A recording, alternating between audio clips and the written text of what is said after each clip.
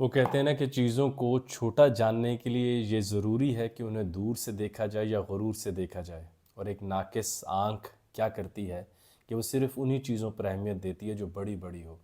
جب ہم کہتے ہیں کہ ہم مذہبی سوچ سے ہیں تو ہم ہر اس کائنات میں موجود شے کو ایک اہمیت سے دیکھتے ہیں کہ وہ گرینڈ ڈیزائن میں ایک چھپکلی کا کیا کردار ہے، ایک چھوٹے سے کیڑے کا کیا کردار ہے۔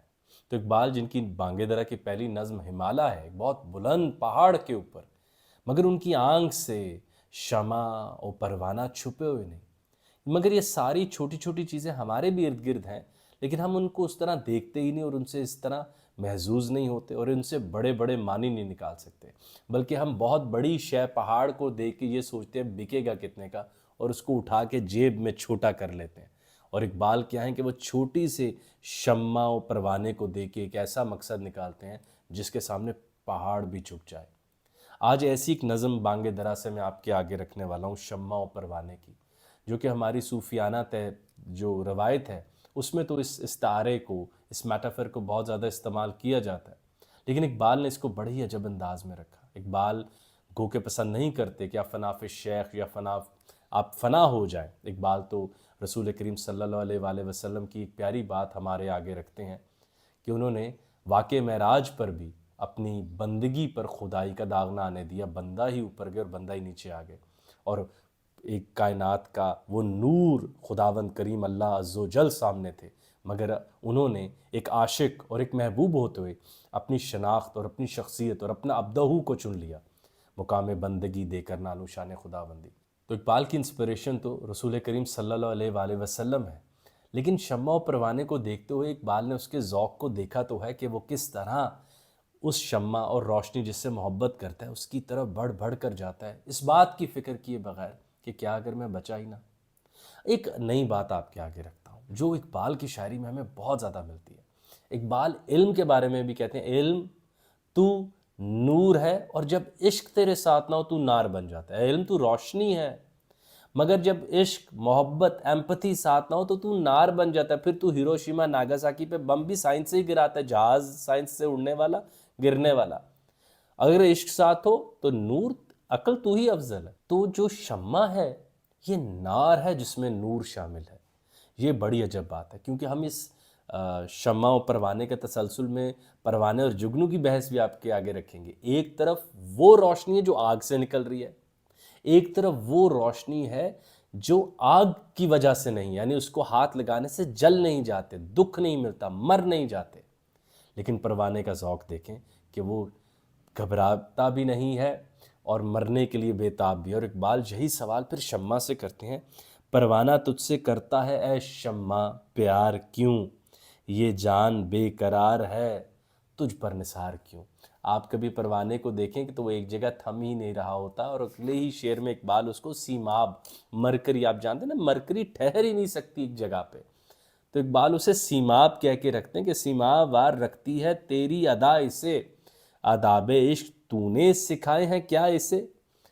یہ محبت کا انداز بھی آپ نے نہیں دکھایا، کیونکہ جو فلیم ہے، جو لا ہے، وہ بھی ہلتی رہتی ہے، تو یہ تیرے ہی انداز میں، یہ بھی جھوم کے محبوب کے انداز میں ہلتا رہتا ہے۔ جیسے مرکری، جیسے سیماب ہلتا ہے، ویسے لا ہلتی ہے، تو یہ لا کے ہی مطابق تو نہیں ہلتا رہتا۔ کرتا ہے یہ طواف تیری جلوہ گاہ کا، پھونکا ہوا ہے کیا تیری برقِ نگاہ کا۔ تو اب آپ دیکھیں، جیسے تصوف میں ہم کہتے ہیں نا نظر ہے ان پر، یہ جو پاگل ہوئے پھرتے ہیں، ان کو کسی کی نظر میں آئے ہیں تو ان کا ہوش اڑ گیا، یا نظر سے ان کے اوپر فضل ہے۔ تو کہہ رہی ہیں جو طواف کرتا ہے یہ تیرا، دیکھیے اقبال نے ایک پروانہ شمع کے گرد اڑ رہا ہے اور وہاں سے طواف کا ایک میٹافر لیا ہے کہ کرتا ہے یہ طواف تیری جلوہ گاہ کا، پھونکا ہوا ہے کیا تیری برقِ نگاہ کا، آزار موت میں اسے آرام جاں ہے کیا، شعلے میں تیرے زندگی جاویداں ہے کیا۔ اقبال کہہ رہے ہیں کہ یہ جو بڑھ بڑھ کر اپنی موت کو خود گلے لگانے آ رہا ہے،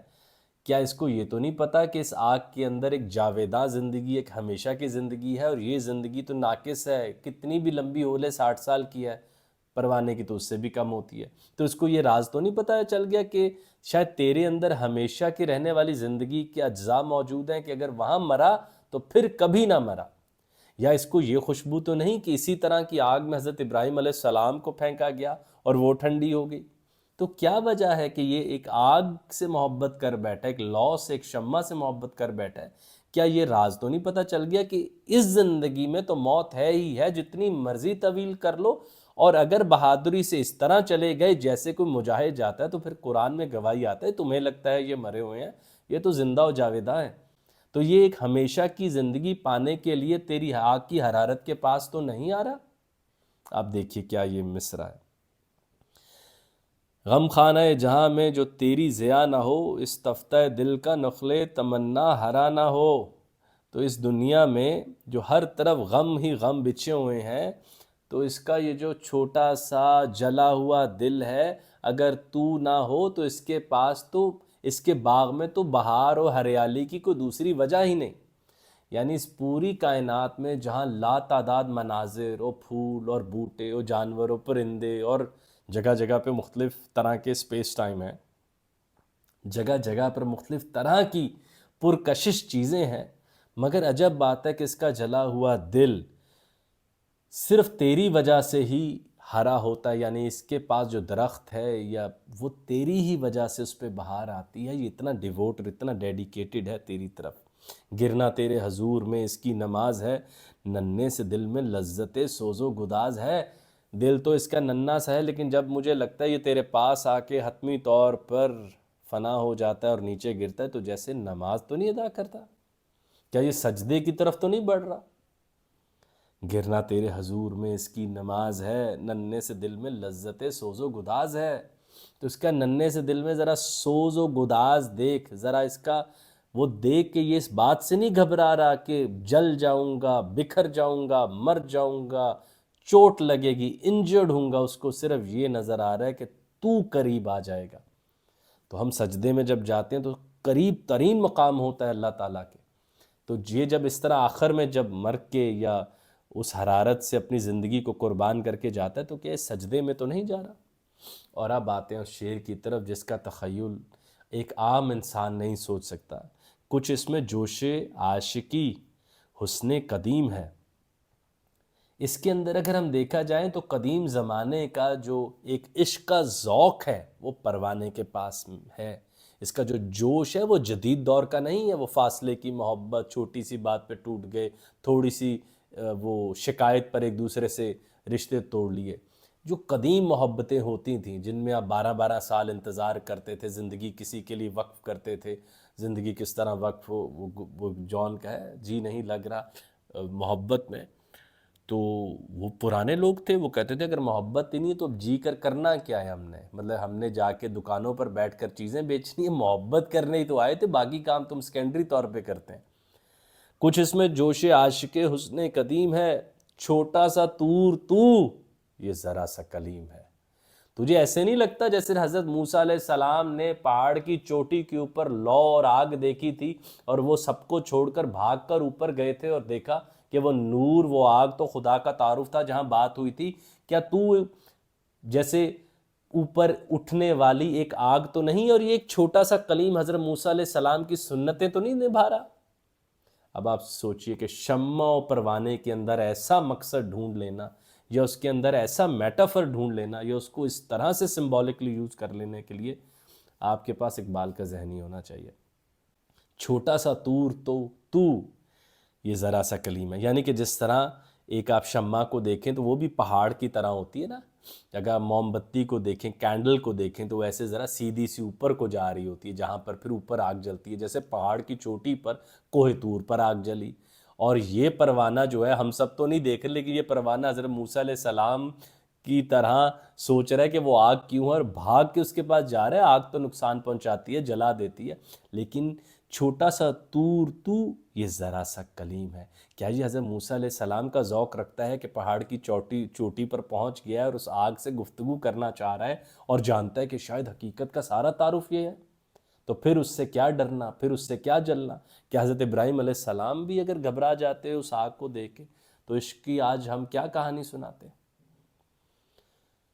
پروانہ اور ذوق تماشائے روشنی، کیڑا ذرا سا اور تمنائے روشنی۔ تو یہاں پر اقبال اسے کہتے ہیں کہ وہ ذرا سا کیڑا ہے، لیکن اس کی تمنا دیکھو روشنی کی، کہ وہ کس طرح ایک صوفیاء میں یا محبت والوں میں ایک ہیرو کی حیثیت رکھتا ہے، ایک چھوٹا سا کیڑا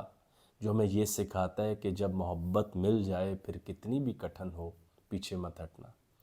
یا وہ ہمیں جیسے بتاتا ہے کہ جب کوئی شہید ہوتا ہے تو وہ جانتا نہیں کہ جنگ جو ہے وہ اس آگ، فلیم، اس لو یا شمع جیسی ہوتی ہے، مگر وہ بغیر ڈرے حق کے لیے آگے بڑھتا چلا جاتا ہے۔ یا یہ ہمیں بتاتا ہے پروانہ کہ چھوٹی سی یہ زندگی بچ بچ کے گزار بھی لی، کتنی بھی طویل کر لی، اس کا کوئی حاصل نہیں اگر تم ایک لمحے کے لیے مجذوب ہو کے کسی کے لیے فنا ہونے کی خواہش نہیں رکھتے۔ اور پھر وہ بات جو میں اس نظم کی ہمیشہ آپ کے آگے آئندہ میں بھی رکھتا رہوں گا کہ اقبال کا تخیل دیکھیے کہ انہوں نے کہا کہ پروانہ جو ہے وہ حضرت موسیٰ علیہ السلام کی طرح طور پر جلنے والی آگ کو دیکھنے کے بعد نیچے رہنے پر مائل نہیں ہو سکتا، وہ اوپر کو اٹھے گا، اور شمع اس کا کوہ طور ہے، اور یہ بھاگ بھاگ کر اس کے پاس جاتا ہے کہ بتاؤ میں کون ہوں، بتاؤ محبت کیا ہے، بتاؤ فنا ہونا کیا ہے، بتاؤ زندگی کیا ہے، اور بتاؤ اے آگ، اے شمع، اے نور، بتاؤ کہ میں ہمیشہ ہمیشہ کے لیے زندہ کیسے رہ سکتا ہوں۔